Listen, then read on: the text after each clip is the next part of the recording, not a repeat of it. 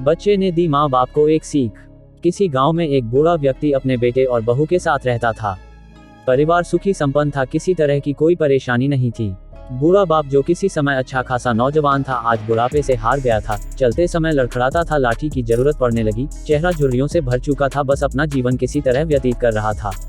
घर में एक चीज अच्छी थी कि शाम को खाना खाते समय पूरा परिवार एक साथ टेबल पर बैठकर खाना खाता था। एक दिन ऐसे ही शाम को जब सारे लोग खाना खाने बैठे, बेटा ऑफिस से आया था, भूख ज्यादा थी सो जल्दी से खाना खाने बैठ गया और साथ में बहू और उसका एक बेटा भी खाने लगे। बूढ़े हाथ जैसे ही थाली उठाने को हुए, थाली हाथ से छिटक गई, थोड़ी दाल टेबल पे गिर गई। बहू बेटे ने घृणा दृष्टि से पिता की ओर देखा और फिर से अपना खाने में लग गए। बूढ़े पिता ने जैसे ही अपने हिलते हाथों से खाना खाना शुरू किया तो खाना कभी कपड़ों पे गिरता, कभी जमीन पर। बहू चिढ़ते हुए कहा, हे राम, कितनी गंदी तरह से खाते हैं, मन करता है इनकी थाली किसी अलग कोने में लगवा देते हैं। बेटे ने भी ऐसे सिर हिलाया जैसे पत्नी की बात से सहमत हो। उनका बेटा यह सब मासूमियत से देख रहा था। अगले दिन पिता की थाली उस टेबल से हटाकर एक कोने में लगवा दी गई।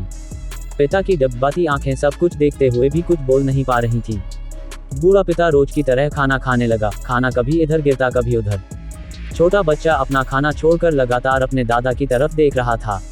माँ ने पूछा, क्या हुआ बेटे, तुम दादाजी की तरफ क्या देख रहे हो और खाना क्यों नहीं खा रहे?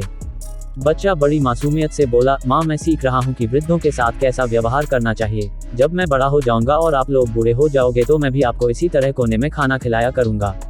बच्चे के मुंह से ऐसा सुनते ही बेटे और बहू दोनों कांप उठे। शायद बच्चे की बात उनके मन में बैठ गई थी, क्योंकि बच्चा ने मासूमियत के साथ एक बहुत बड़ा सबक दोनों लोगों को दिया था।